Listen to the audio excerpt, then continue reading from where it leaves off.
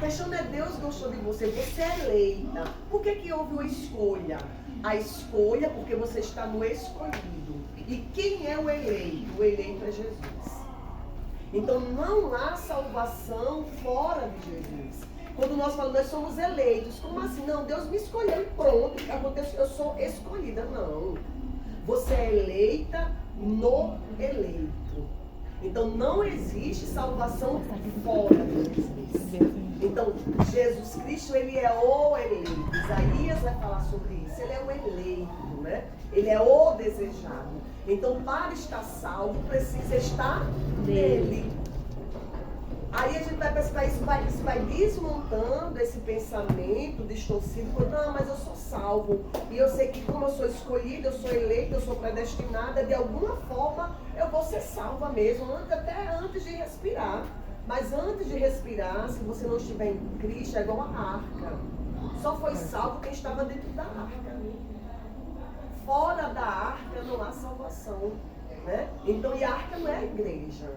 A salvação está em Cristo, certo? Então, existe essa diferença entre eleição e predestinação. E ele já vai falando sobre a eleição, né? Eu gostaria, tipo assim, falar. há algum versículo que confronta essa ideia de predestinação? Porque assim, predestinação existe, tá? Essa expressão predestinação é algo que vai sobre o céu e sobre o inferno. Mas o que é predestinação? É isso que a gente tem que entender.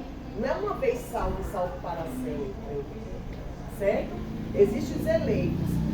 Eu vou indicar um livro a vocês extraordinário, que é um teólogo nosso. Esse livro tem me ajudado demais. Traz de forma muito simples e profunda, que é o Silas Daniel. Eu sou fã de Silas Daniel. Silas já esteve lá na Central.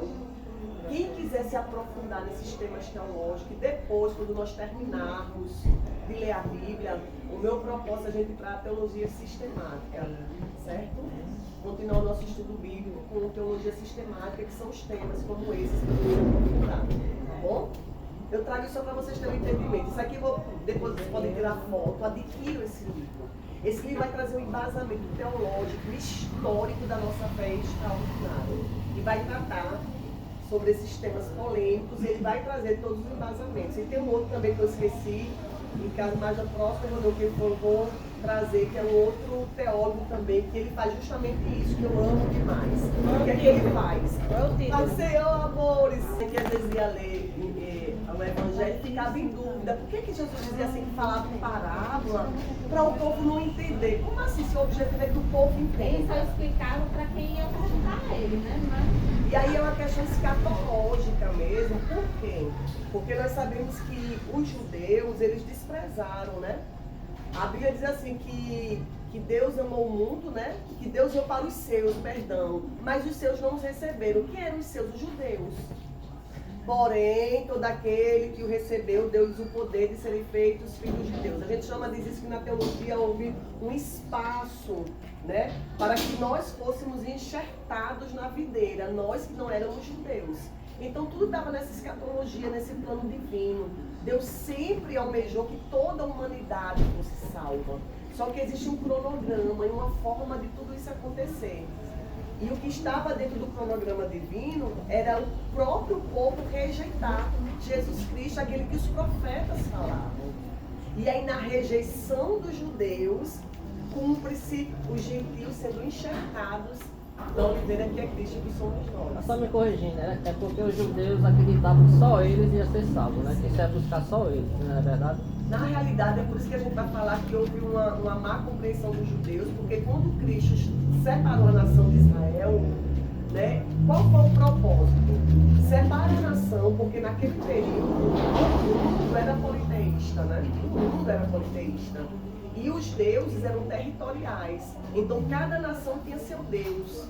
Então existia o deus da água, o deus do trovão, o deus da fertilidade. Cada povo serviu o seu deus. Quando Deus chama Abraão vivia dentro desse contexto, né, de idolatria.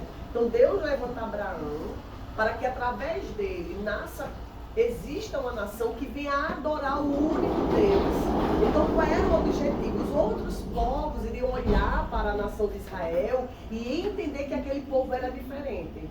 Mas não é porque aquele povo era menino assim, no sentido de era o povo mais puro da terra, não era porque eles apontavam para o único e verdadeiro Deus. Só que os anos foram se passando e os judeus se tornaram muito patriotas. Lembram da história de Jonas? Jonas, por que ele não quis pregar os ninivitas? Porque ele acreditava que aquele povo não era digno do amor de Deus. Que aquele povo deveria morrer fulminado. Jonas entra numa depressão, gente.